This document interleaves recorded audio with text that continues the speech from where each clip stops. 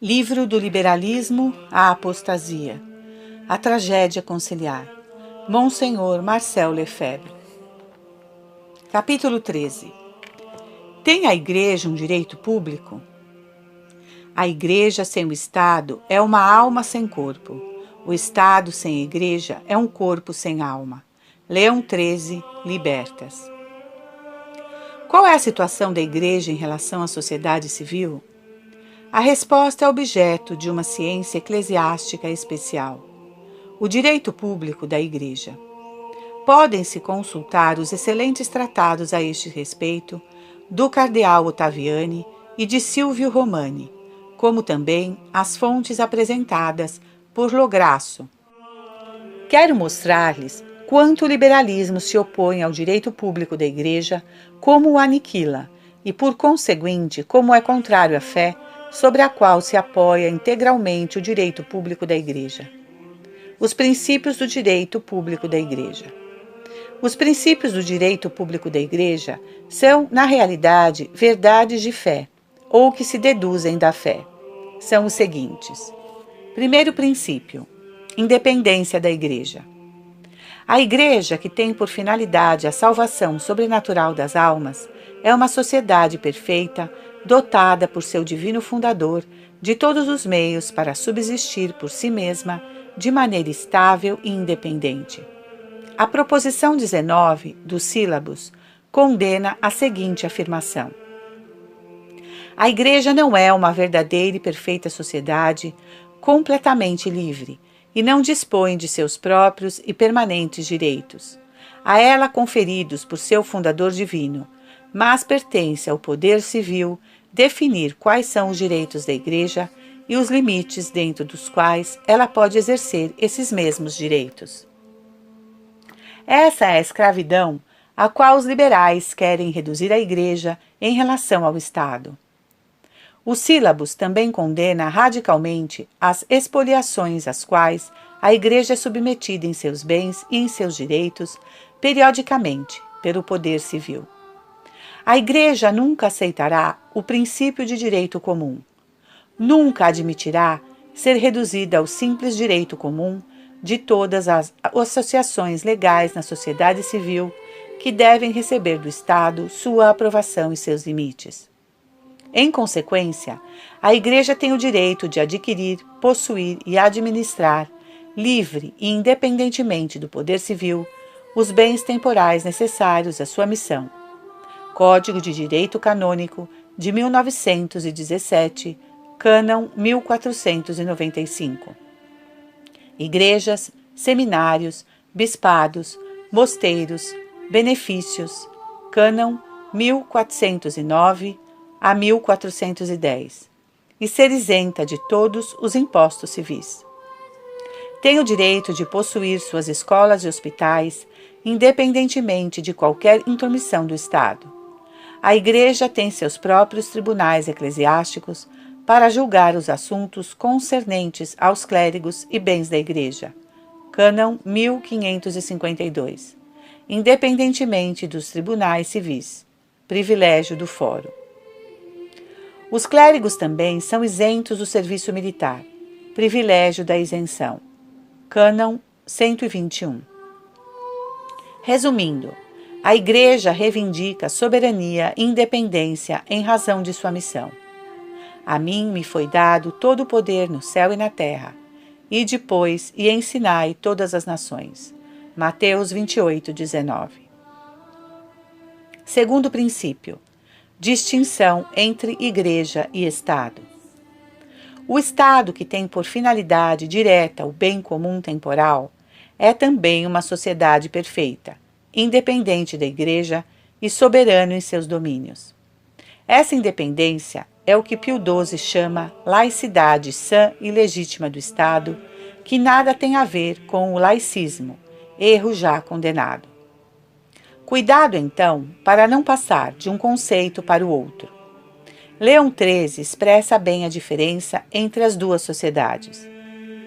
Deus dividiu, pois, o governo do gênero humano entre dois poderes: o poder eclesiástico e o poder civil.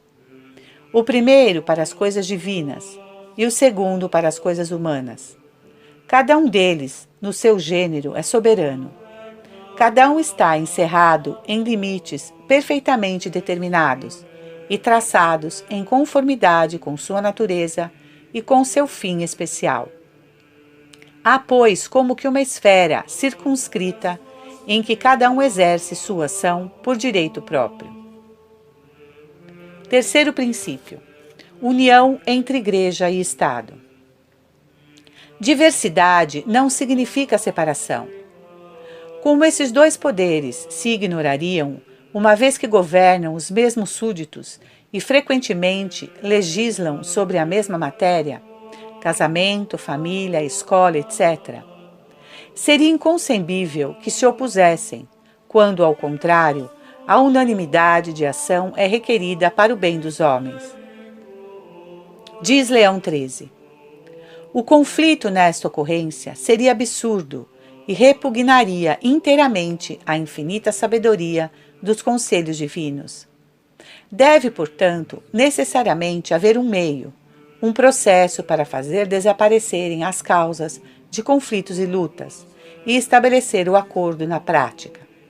E esse acordo não é sem razão que foi comparado à união que existe entre a alma e o corpo. Isto para maior vantagem de ambos, pois a separação é particularmente funesta ao corpo porque o priva da vida. Quarto princípio: jurisdição indireta da Igreja sobre o poder temporal. Significa que nas questões mistas, a Igreja, tendo em conta a supremacia do seu fim, terá a primazia. Assim, tudo que nas coisas humanas é consagrado por uma razão qualquer, tudo que diz respeito à salvação das almas e ao culto de Deus, quer por sua natureza, quer em relação ao seu fim, tudo isso compete à autoridade e jurisdição da Igreja. Em outras palavras, o regime de união e de harmonia entre a Igreja e o Estado supõe uma ordem, uma hierarquia, ou seja, uma jurisdição indireta da Igreja sobre o temporal, um direito indireto de intervenção da Igreja nas coisas temporais, que normalmente dependem do Estado. A Igreja intervém ratione peccati, em razão do pecado, e por causa da salvação das almas, como dizia o Papa Bonifácio VIII. Quinto princípio: subordinação indireta. Reciprocamente, o temporal está indiretamente subordinado ao espiritual. Tal é o quinto princípio. Princípio de fé, ou ao menos de certeza teológica, que fundamenta o direito público da Igreja. O homem está realmente destinado à beatitude eterna, e os bens da vida presente, os bens temporais, existem para ajudá-lo a atingir este fim. Conquanto eles não sejam proporcionais a este fim, ao menos são indiretamente ordenados. Mesmo o bem comum temporal, que é o fim do Estado, está ordenado a facilitar aos cidadãos o acesso à bem-aventurança celeste. Do contrário, ele seria tão somente um bem aparente e ilusório. Sexto princípio: função ministerial do Estado em relação à Igreja. Como, pois, a sociedade civil foi estabelecida para a utilidade de todos, deve, favorecendo a prosperidade pública, prover o bem dos cidadãos, de modo não só a não lhes opor qualquer obstáculo, mas a assegurar-lhes todas as facilidades possíveis à procura e aquisição desse bem supremo, ao qual eles próprios aspiram. A função do rei, nós diríamos do Estado, diz Santo Tomás, é procurar o bom caminho para a multidão, segundo o que lhe é necessário para obter a beatitude celeste.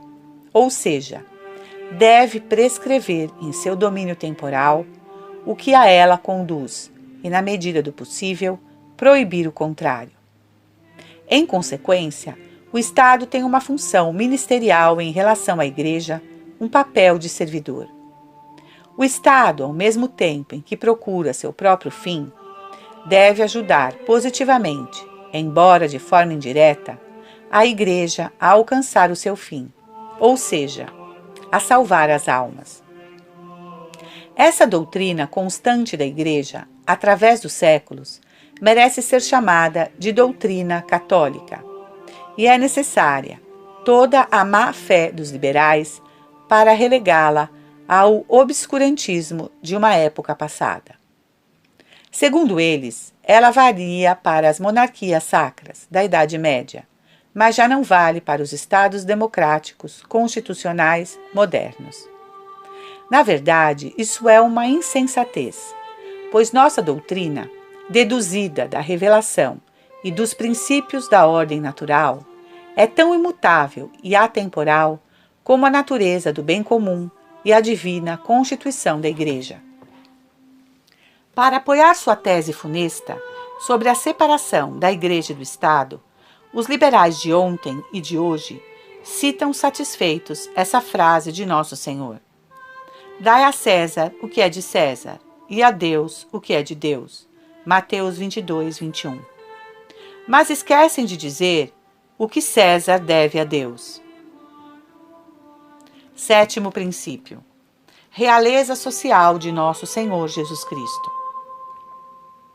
O último princípio que resume de uma forma soberana o direito público da Igreja é uma verdade de fé. Jesus Cristo, verdadeiro Deus e verdadeiro homem, Rei dos reis e Senhor dos senhores, deve reinar sobre as sociedades do mesmo modo que sobre os indivíduos. A redenção das almas prolonga-se necessariamente na submissão dos estados e de suas leis ao jugo suave e leve da lei de Cristo. Como diz Leão XIII, o Estado não só deve fazer respeitar as santas e invioláveis leis da religião, cujos deveres unem o homem a Deus, mas a legislação civil deve apoiar-se na lei de Deus, Decálogo, e na lei evangélica, para ser em seu domínio, que é a ordem temporal, um instrumento da obra redentora operada por nosso Senhor Jesus Cristo. Nisto consiste essencialmente a realização do reino social de nosso Senhor Jesus Cristo. Leiam a magnífica encíclica de Pio XI, Quos Primas, de 11 de novembro de 1925, sobre a realeza social de nosso Senhor Jesus Cristo. Ela expõe essa doutrina com uma limpidez e vigor admiráveis. Lembro ainda que, quando jovens seminaristas em Roma, recebemos este ensinamento pontifício, com que alegria e entusiasmo a comentaram nossos professores. Releiam esse trecho que refuta definitivamente o laicismo do Estado. A celebração desta festa, que se renova todos os anos, será também uma admoestação para as nações de que o dever de venerar publicamente Cristo e de lhe obedecer diz respeito não somente aos particulares, mas também aos magistrados e governantes. Lembrar-lhes-á o juízo final, no qual Cristo, afastado da sociedade, ou mesmo somente ignorado e desprezado, vingará acerbamente as tantas injustiças recebidas, exigindo a sua dignidade real, que a sociedade inteira se ajuste aos mandamentos e aos princípios cristãos, quer ao estabelecer as leis, quer na administração da justiça, quer finalmente ao formar o ânimo dos jovens na sã doutrina e na santidade dos costumes.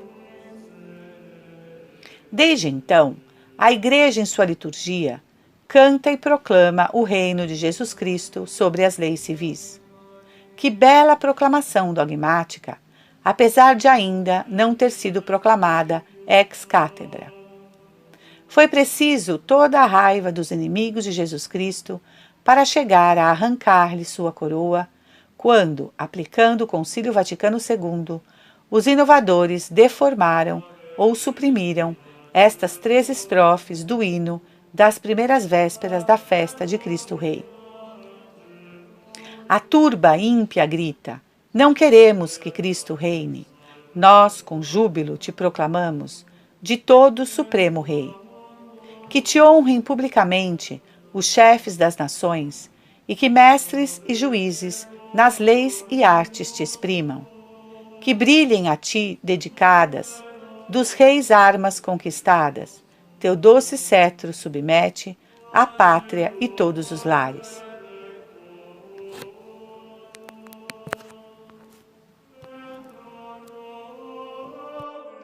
Livro do Liberalismo à Apostasia, a Tragédia Conciliar. Monsenhor Marcel Lefebvre. Capítulo 14. Como destronaram Jesus Cristo. No juízo final, Jesus Cristo acusará os que o expulsaram da vida pública e por este grande ultraje aplicará a mais terrível vingança. Pio XI. Arriscando-me a repetir o que já foi dito, volto ao tema da realeza social de nosso Senhor Jesus Cristo, este dogma de fé católica que ninguém pode pôr em dúvida sem ser um herege. Sim, um herege. Ainda têm eles a fé? O leitor pode julgar a fé agonizante do núncio apostólico de Berna, Monsenhor Marchionni, com quem tive a seguinte conversa em 31 de março de 1976, em Berna. Monsenhor Lefebvre. Podem-se ver claramente coisas perigosas no concílio. Na declaração sobre a liberdade religiosa, há coisas contrárias ao ensinamento dos papas. Decide-se que já não pode haver estados católicos. Núncio. Mas é evidente. Monsenhor Lefebvre. Acredita o Senhor que a supressão dos estados católicos seja benéfica para a Igreja? Núncio. Compreenda, Senhor. Deste modo, se obterá uma maior liberdade religiosa entre os soviéticos. Monsenhor Lefebvre. Mas o que fazem os senhores do reinado social de nosso Senhor Jesus Cristo? Núncio. O Senhor sabe. Atualmente é impossível. Talvez em futuro afastado? Atualmente, este reino está nos indivíduos. Deve ser aberto às massas. Monsenhor Lefebvre. E o que fazem da encíclica Quos Primas? Núncio. Hoje em dia o Papa não a escreveria. Monsenhor Lefebvre. Sabe que na Colômbia foi a Santa Sé que pediu a supressão da Constituição do Estado? Núncio. Sim, e aqui também. Monsenhor Lefebvre. No Valais, província suíça. Núncio. Sim, no Valais. E veja agora, me convidam para todas as reuniões. Monsenhor Lefebvre. Então o senhor aprova a carta que Monsenhor Adam, bispo de Sion, no Valais, escreveu a seus diocesanos, explicando por que deviam votar a favor da lei de separação entre Igreja e Estado? Núncio. Veja bem, Senhor, o reinado social de nosso Senhor Jesus Cristo é atualmente algo difícil. Vejam, ele não acredita mais. É um dogma impossível ou muito difícil, que não seria mais escrito hoje. E quantos pensam assim atualmente? Quantos são incapazes de entender que a redenção de nosso Senhor Jesus Cristo deve se realizar com a ajuda da sociedade civil e que o Estado deve, portanto, nos limites da ordem temporal, ser o instrumento de aplicação da obra da redenção? Mas eles responderão: são duas coisas diferentes. Você mistura política e religião. Entretanto, tudo foi criado por nosso Senhor Jesus Cristo para complementar a obra da redenção. Tudo, inclusive a sociedade civil, que também, como lhes disse, é uma criatura de Deus. A sociedade civil não é uma pura criação da vontade dos homens. Ela resulta, antes de tudo, da natureza social do homem, do fato de que Deus criou os homens para viver em sociedade. Isso faz parte da natureza criada por Deus. Portanto, assim como os indivíduos, a sociedade deve render homenagem a Deus, seu autor e seu fim, e ser útil ao plano redentor de Jesus Cristo. Em setembro de 1977, fiz uma conferência na casa da princesa Pallavicini, em Roma, e li uma missiva do cardeal Colombo, arcebispo de Milão, em que ele afirmava que o Estado não deve ter religião, que deve ser sem ideologia. Em resposta a meu ataque, o cardeal, longe de me contestar, escreveu do Avvenire dall'Italia, repetindo tudo, reiterando com maior ênfase ao longo de todo o artigo, que se intitulava Lo Stato non può essere altro che laico. O Estado não pode ser senão laico, portanto sem religião. Um cardeal disse isso. Que ideia que tem ele da redenção de nosso Senhor Jesus Cristo? É incrível. Vejam até que ponto o liberalismo já havia penetrado na Igreja. Se ele tivesse dito isso 20 anos antes, seria sido um escândalo em Roma. Haveria grande protesto. O Papa Pio XII teria refutado e tomado medidas. Mas atualmente é normal, a coisa parece normal. É necessário, pois, que estejamos convencidos desta verdade de fé. Tudo, inclusive a sociedade civil, foi concebido para servir direta e indiretamente ao plano redentor de nosso Senhor Jesus Cristo. Condenação da separação entre a Igreja e o Estado. Inicialmente, chamo atenção para o fato de que os papas terem condenado a separação entre Igreja e o Estado, não somente quanto à doutrina, mas também quanto à sua aplicação nas nações de maioria católica. Evidentemente, não se condena a tolerância eventual de outros cultos em uma cidade de maioria católica, nem a fortiori o fato de haver uma pluralidade de cultos em numerosos países estrangeiros, ao que até há pouco era chamado de cristandade. Dito isto, afirmo com os papas que é uma impiedade e um erro próximo à heresia defender que o Estado deve estar separado da Igreja e a Igreja do Estado. O espírito de fé de um São Pio X, sua teologia firme, seu zelo pastoral, levantaram-se com força contra o intento laicizante de separar a Igreja do Estado. Convido-os a meditar sobre o que ele diz em sua encíclica Vehementer Nos, de 11 de fevereiro de 1906.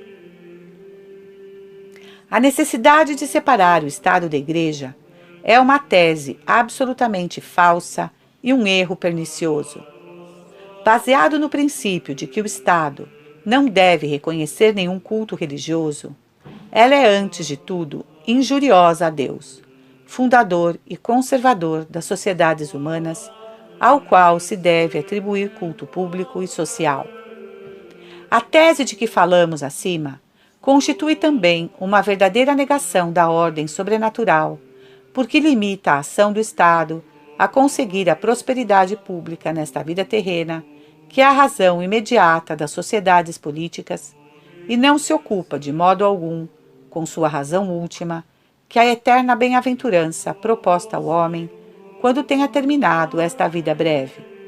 Mas como a ordem atual das coisas, sujeita ao tempo, se encontra subordinada à conquista do bem supremo e absoluto, é obrigação do poder civil não somente afastar os obstáculos que podem impedir o homem de alcançar o bem para o qual foi criado, como também ajudar a consegui-lo. Esta tese é igualmente contrária à ordem estabelecida no mundo por Deus, ordem que exige uma verdadeira concórdia e harmonia entre as duas sociedades, porque a religiosa e a civil se compõem dos mesmos indivíduos, por mais que cada uma delas exerça em sua esfera própria sua autoridade sobre eles. Resulta daí que existem matérias em que devem agir uma e outra, por se tratar de incumbência de ambas. Rompido o acordo entre o Estado e a Igreja, surgirão graves diferenças na apreciação das matérias mistas, que tenderão a se acentuar. Ficará obscura a noção da verdade, a dúvida e a ansiedade acabarão tomando conta de todas as almas. Acrescente-se que esta tese ocasiona gravíssimos danos à sociedade civil, que não pode prosperar nem viver muito tempo quando não se reconhece o papel da religião, que é a regra suprema que define e assinala os direitos e deveres do homem. Notável continuidade desta doutrina. E o Santo Papa se apoia nos ensinamentos de seu antecessor, Leão XIII, de quem cita a seguinte passagem, mostrando a autoridade desta doutrina por sua continuidade.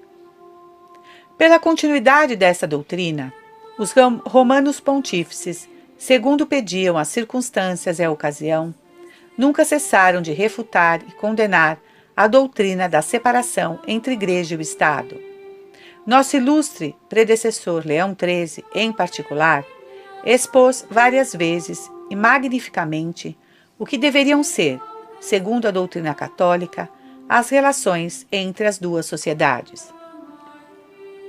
Seguem a passagem de Immortale Dei que mencionei no capítulo anterior e também esta citação. As sociedades humanas não podem, sem se fazer criminosas, proceder como se Deus não existisse ou se recusar a se preocupar com a religião, como se esta lhes fosse estranha e sem proveito. Quanto à Igreja, que tem o próprio Deus por autor, excluí-la da vida ativa da nação, das leis, da educação das crianças, da família, é cometer um grave e pernicioso erro. E basta reler a seguinte passagem de Immortale Dei para constatar que Leão XIII, por sua vez, afirma que não faz senão retomar a doutrina de seus predecessores. Essas doutrinas, contrárias à razão humana e de tanta influência sobre a marcha das coisas públicas, não deixaram de ser condenadas pelos pontífices romanos, nossos predecessores, na plena consciência daquilo que deles reclamava o Munus Apostólico. Assim, na sua carta encíclica Mirari Vos, de 15 de agosto de 1832, Gregório XVI condenou com grande autoridade doutrinal os princípios que já então se iam divulgando, isto é, o indiferentismo religioso, a liberdade absoluta de cultos e de consciência, a liberdade de imprensa e a legitimidade do direito de rebelião. A respeito da separação da Igreja e do Estado, exprime-se nesses termos. Não podemos esperar para a Igreja e para o Estado resultados melhores das dependências dos que pretendem separar a Igreja do Estado e romper a concórdia mútua entre o sacerdócio e o império. É que, com efeito, os fatores de liberdade desenfreada temem esta concórdia, que sempre foi tão propícia e salutar aos interesses religiosos e civis. Da mesma maneira, Pio IX, todas as vezes que se apresentou ensejo, condenou as falsas opiniões mais em voga, e depois mandou fazer uma coletânea delas, a fim de que, em tal dilúvio de erros, os católicos tivessem uma direção segura. Conclui-se que uma doutrina que ensina a união que deve existir entre Igreja e Estado e condena a separação deles está revestida em razão de sua fidelidade aos 4 papas que reinaram de 1832 a 1906 e à declaração solene feita por Pio X no consistório de 21 de fevereiro de 1906, de máxima autoridade e, sem dúvida, da garantia da infalibilidade. Como chegam, pois, um núncio Marchione e um cardeal Colombo a negar esta doutrina que deriva da fé e provavelmente é infalível? Como chegou um concílio ecumênico a deixá-la de lado em um museu de curiosidades arcaicas? É o que vou explicar-lhes a partir de agora, ao falar da penetração do liberalismo na Igreja em consequência de um movimento de pensamento deletério, o catolicismo liberal. Livro do Liberalismo à Apostasia, A Tragédia Conciliar, Monsenhor Marcel Lefebvre. Segunda parte: o catolicismo liberal. Capítulo 15: a grande traição. Reconciliar a Igreja com a Revolução, tal é a empresa dos liberais que se dizem católicos. Os liberais que se dizem católicos sustentam que a doutrina do reino social de Nosso Senhor Jesus Cristo e da união da Igreja com o Estado é sem dúvida verdadeira, mas inaplicável mesmo nos países católicos. Segundo eles, na teoria pode-se aceitar a tese proposta pelos papas e teólogos, mas na prática deve-se ceder antes às circunstâncias e resolutamente aderir à hipótese, promover o pluralismo religioso e a liberdade de cultos. Os liberais católicos não têm deixado de sustentar que desejam a ortodoxia tanto quanto os mais intransigentes e que sua única preocupação são os interesses da Igreja. A reconciliação que procuram não é teórica nem abstrata, mas somente prática. É a famosa diferença entre a tese, a doutrina, e a hipótese, a prática, conforme as circunstâncias. Notemos que se pode dar uma interpretação correta a esta diferenciação. A aplicação dos princípios deve levar em conta as circunstâncias, e isso se faz com ponderação, que é a parte da prudência. É por isso que um Estado católico, que reconhece a verdadeira religião, poderá tolerar a presença de minorias muçulmanas, judaicas e protestantes dentro de sua nação, porque acredita no reino social de Nosso Senhor Jesus Cristo. Mas cuidado! Para os católicos liberais não se trata disso. Segundo eles, os princípios, que são por definição regras de ação, não devem ser aplicados nem propostos, pois são inaplicáveis. Isto é evidentemente falso. Por acaso devemos renunciar a pregar e a explicar os mandamentos de Deus? Terás um só Deus? Não matarás? Não cometerás adultério? Só porque ninguém mais lhes obedece? Somente porque a mentalidade tende a se livrar de toda tutela moral? Devemos renunciar ao reino social de Nosso Senhor Jesus Cristo em um país somente porque Maomé ou Buda pedem um lugar nele? Em suma, eles se recusam a crer na eficácia prática da verdade. Pensam que podem afirmar em teorias os princípios católicos e agir sempre contra esses princípios. Tal é a incoerência intrínseca dos liberais que se dizem católicos. Eis o que diz deles o cardeal Bilotti. O liberalismo dos católicos liberais escapa a toda classificação e só tem uma nota distintiva e característica: a perfeita e absoluta incoerência. O cardeal afirma que o título de católico liberal é em si uma contradição em termos, uma incoerência, porque católico significa sujeição à ordem das coisas humanas e divinas, enquanto liberal significa precisamente emancipação desta ordem, rebelião contra nosso Senhor Jesus Cristo. Vejamos, enfim, como o cardeal Bilotti julga a famosa diferença entre hipótese e tese dos católicos ditos liberais. Do fato de que os acontecimentos reais teoricamente diferem das condições ideais, deduz-se que os fatos nunca terão a perfeição do ideal, mas apenas isso. O fato de que existem minorias dissidentes em nações católicas mostra que talvez nunca se consiga uma unanimidade perfeita e que o reino social de Nosso Senhor Jesus Cristo jamais terá a perfeição manifestada nos princípios. Mas isso não significa que se deve rejeitar na prática este reino e que o pluralismo religioso deve se converter em regra. Vocês podem ver, portanto, que no catolicismo liberal, utilizo o termo com repugnância porque ele é uma blasfêmia, há uma traição dos princípios escamoteada, uma apostasia prática da fé no reino social de Nosso Senhor Jesus Cristo. Quando se trata do liberalismo católico, pode-se dizer com certeza: o liberalismo é pecado.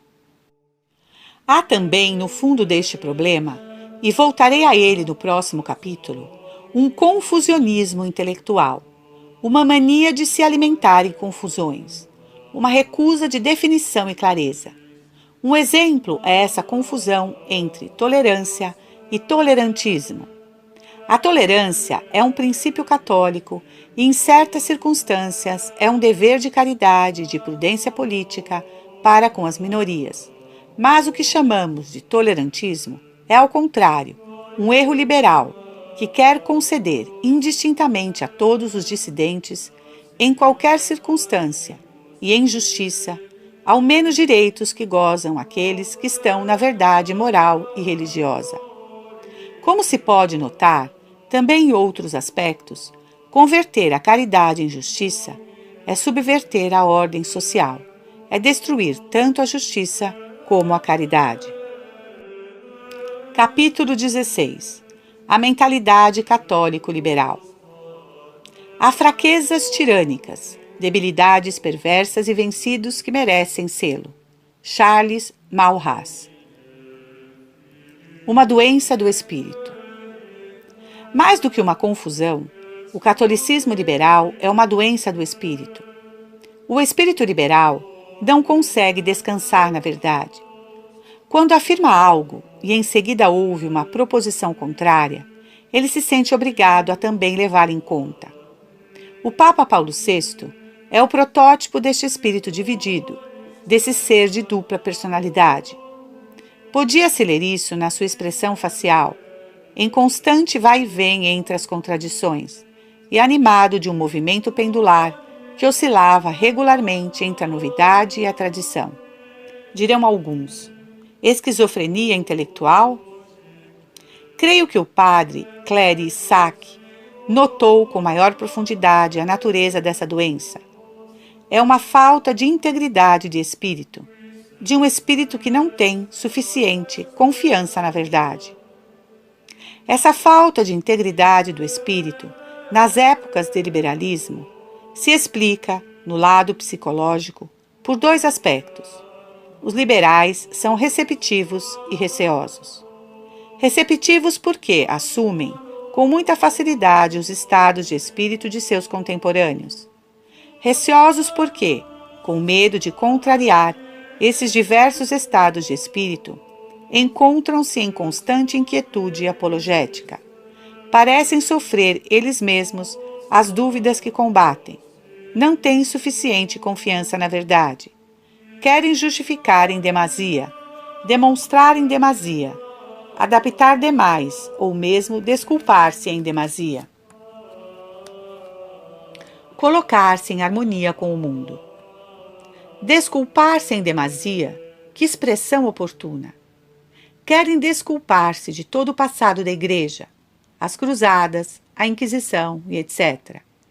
Porém, quanto a justificar e demonstrar, eles só o fazem de forma tímida, principalmente quando se trata dos direitos de Jesus Cristo. Mas quanto a adaptar, isso certamente eles se entregam, eis seu princípio. Partem de um princípio prático que consideram inegável, que, se a Igreja não se harmonizar com o ambiente concreto onde ela deve cumprir sua missão divina, não será ouvida por ele.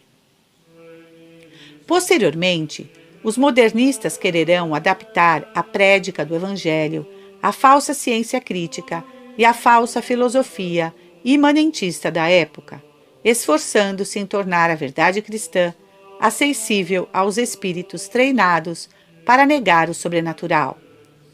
Segundo eles, para converter os que não creem no sobrenatural, é necessário fazer a abstração da revelação de Nosso Senhor, da graça, dos milagres. Se você tem de tratar com um ateu, não fale de Deus. Coloque-se no nível dele. Sintonize-se com ele. Entre no seu sistema. Por esse caminho, você será em breve marxista cristão. Ele é que lhe terá convertido. Este foi também o pensamento da Missão de França a respeito do apostolado entre os operários e que numerosos sacerdotes ainda sustentam. Se queremos convertê-los, devemos trabalhar com os operários, compartilhar suas preocupações, conhecer suas reivindicações, não nos mostrar como sacerdotes. Deste modo, chegaremos a ser como o fermento da massa. E por aí foram os padres, se convertendo e virando agitadores sindicais. Sim, nos dirão, compreenda. Era necessário assimilar completamente o ambiente, não chocar, não dar a impressão de que se queria evangelizar ou impor uma verdade. Que grande erro! Esses indivíduos que não creem têm sede de verdade, têm fome do pão da verdade, que esses sacerdotes extraviados não querem repartir com eles. Esse falso pensamento foi também sugerido aos missionários. De início, não falem de Jesus Cristo aos pobres indígenas que morrem de fome.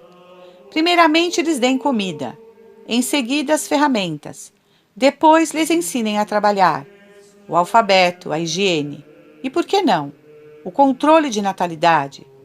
Mas não falem de Deus, pois eles têm o estômago vazio. Eu, porém, diria: é precisamente porque são pobres e desprovidos de bens terrenos que são extraordinariamente acessíveis ao reino dos céus. E procurai primeiro o reino dos céus, ao Deus que os ama e sofreu por eles, a fim de que participem, por suas misérias, de seu sofrimento redentor. Se, ao contrário, vocês pretendem colocar-se no mesmo nível deles, irão estimulá-los a gritar contra a injustiça e acender neles o ódio. Mas, se lhes levarem Deus, eles se levantarão, se elevarão, serão verdadeiramente enriquecidos. Reconciliar-se com os princípios de 1789. Em política, os católicos liberais enxergam verdades cristãs nos princípios da Revolução de 1789, que consideram um pouco desajustados, mas plenamente assimiláveis pela Igreja, desde que purificados: liberdade, igualdade, fraternidade, democracia ideológica e pluralismo. Pio IX condena este erro nos sílabos. O pontífice romano pode e deve se reconciliar e transigir com o progresso, o liberalismo e a civilização moderna. Mas afinal, o que vocês querem? Declara o católico liberal. Não se pode ir sempre contra as ideias de seu tempo, remar continuamente contra a corrente, parecer retrógrado ou reacionário. Já não se quer mais o antagonismo entre a Igreja e o espírito liberal laico, sem Deus. O que se quer é reconciliar o irreconciliável, a Igreja e a Revolução, nosso Senhor Jesus Cristo e o príncipe deste mundo. Não se pode imaginar empreendimento mais ímpio e mais nocivo ao espírito cristão, ao bom combate pela fé, ao espírito de luta, ou seja, ao zelo em conquistar o mundo para Jesus Cristo. Da pusilanimidade à apostasia. Nesse liberalismo que se diz católico, há uma falta de fé, ou melhor, uma falta de espírito de fé, que é um espírito de entrega total. Submeter tudo a Jesus Cristo, nele tudo restaurar, recapitular tudo em Cristo, como diz São Paulo, Efésios 1:20. Já não há quem se atreva a reclamar para a Igreja a totalidade de seus direitos. Resignam-se a não lutar, acomodam-se até mesmo no laicismo e por fim acabam por aprová-lo. Dom Delate e o cardeal Bilotti caracterizam bem essa tendência à apostasia. A partir de então, uma linha dividiria os católicos, com Falloux e Montalembert do lado liberal, na França, no século XIX, em dois grupos: os que se preocupavam primeiramente com a liberdade de ação da Igreja e a manutenção de seus direitos em uma sociedade cristã, e os que se esforçavam, antes de tudo, em determinar o quanto de cristianismo a sociedade moderna podiam suportar, para em seguida convidar a Igreja a se reduzir a esse limite. Diz Bilotti que todo o catolicismo liberal reduz-se a um equívoco. a confusão entre tolerância e a aprovação. O problema entre os liberais e nós não está em saber se, dada a malícia do século, deve-se suportar com paciência o que escapa a nosso poder e, ao mesmo tempo, trabalhar para evitar males maiores e realizar todo o bem que ainda seja possível. O problema verdadeiro é se convém aprovar o novo estado das coisas, cantar os princípios que são o fundamento dessa ordem de coisas, promovê-los pela palavra, pela doutrina, pelas obras, como fazem os católicos chamados liberais. Montalembert, com seu slogan "A Igreja Livre no Estado Livre", será o campeão da separação entre Igreja e o Estado, recusando admitir que essa mútua liberdade levaria necessariamente à submissão da Igreja a um Estado espoliador. Do mesmo modo, de Broglie escreverá uma história liberal da Igreja, na qual os excessos dos Césares cristãos ultrapassam o benefício das constituições cristãs. Assim também, um Jacques Piot se fará o arauto da adesão dos católicos franceses à República, não tanto ao regime republicano, mas à ideologia democrática liberal. Eis o canto da ação liberal popular de Piot, por volta de 1900, citado por Jacques Ploncard d'Assac. Nós somos da ação liberal. Queremos viver em liberdade. Um sim ou um não à vontade. A liberdade é nossa glória. Gritemos: viva a liberdade! Aclamemos a ação liberal. Liberal, liberal. Para todos que a lei seja igual. Seja igual. Viva a ação liberal de Piot!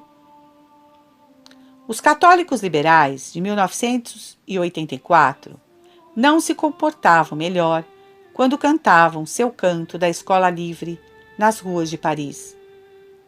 Liberdade, liberdade, tu és a única verdade.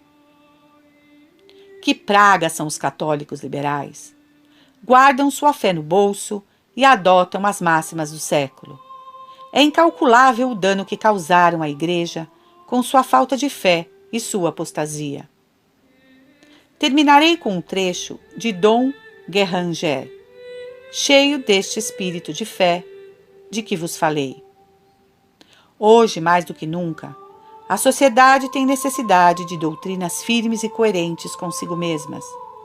Em meio à destruição geral das ideias, somente a asserção, uma afirmação nítida, sólida, sem misturas, logrará ter aceitação.